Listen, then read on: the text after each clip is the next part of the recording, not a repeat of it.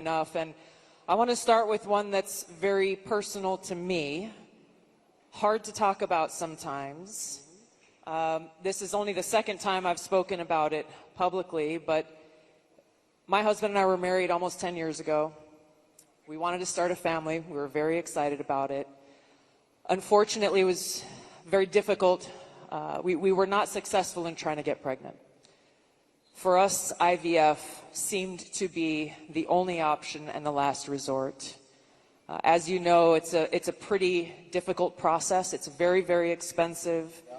I was in Congress at the time, traveling. I would carry the medicine that I had to administer shots to myself sometimes in an airport bathroom.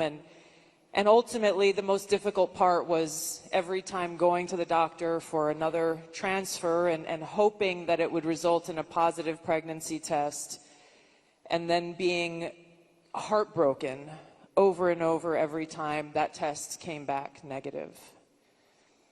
Now, I know some of your opponents, your political opponents, are saying that you want to ban IVF. While it didn't work for us, it's worked for a lot of families. And I just know that there are women and couples in this crowd, or those who are watching here tonight, who may be going through this same struggle and are concerned about being able to have this option, either because they might not be able to afford it, or they're concerned that it just may not be available. And I'd love for you to talk to them about how they should feel. Well, thank you very much, Chelsea. And I didn't know about your situation. And it's tough stuff, right? Tough. Life is pretty tough. It can be beautiful, but it can be difficult.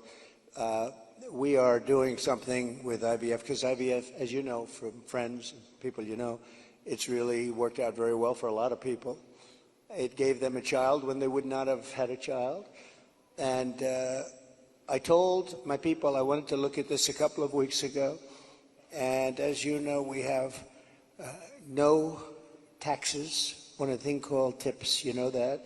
And I said, tell me, we did three things. We did that, and we did no tax for seniors on Social Security benefits. We want to have that.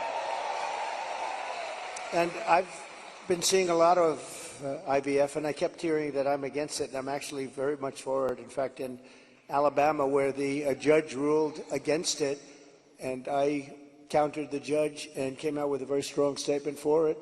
And the Alabama... You were very quick in your response to that. I was, but they were too. They were amazing. The legislature approved virtually my statement. I'm in full IVF, and it has really gone, it's terrific. And I said, so with the tips and with the Social Security, the no taxes on Social Security, I said, maybe for IVF, and I've been looking at it, and what we're going to do is for people that are using IVF, which is fertilization, the government is going to pay for it, or we're going to get or mandate your insurance company to pay for it, which is going to be great. We're going to do that.